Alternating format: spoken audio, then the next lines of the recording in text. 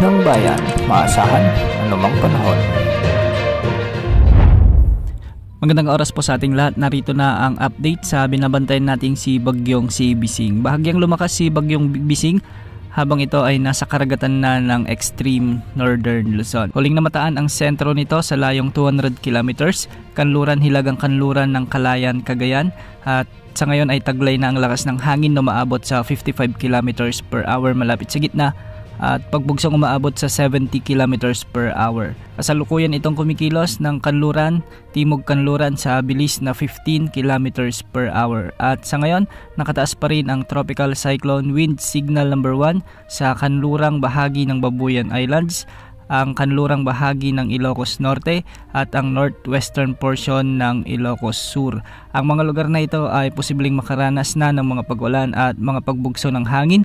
Kaya pinag-iingat natin ang ating mga kababayan sa mga nabanggit na lugar kung saan nakataas ang signal number 1. Samantala, dahil naman sa patuloy na paglakas ni Bagyong Bising at ang paghila nito sa hanging habagat, asahan ang mga pag-ulan dulot ng habagat sa nalalabing bahagi ng Ilocos Norte, Ilocos Sur, sa may La Union, Isabela, ang northern portion ng Aurora, Zambales, Occidental Mindoro, Marinduque, Palawan, Romblon at Antique. Ang mga lugar na ito ay posible ring makakaranas ng mga pag-ulan na siyang posibleng magdulot ng mga pagbaha at pagguho ng lupa. Sa susunod na 12 oras ay patuloy nakikilos si Bagyong Bising ng hilagang kanluran ng mabagal bago ito lumabas ng ating area of responsibility ngayong araw.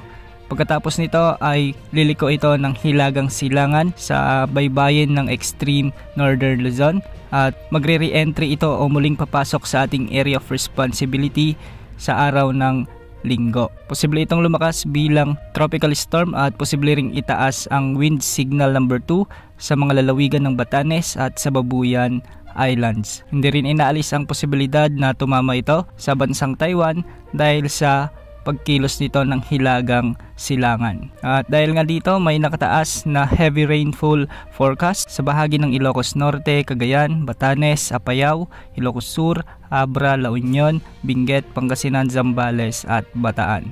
Pinag-iingat natin ang ating mga kababayan dito dahil posible ang banta ng mga pagbaha at pagguho ng lupa.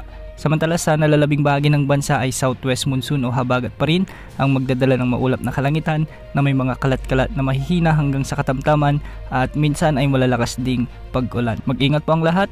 Ito po ang weather update ng bayan, maasahan anumang panahon.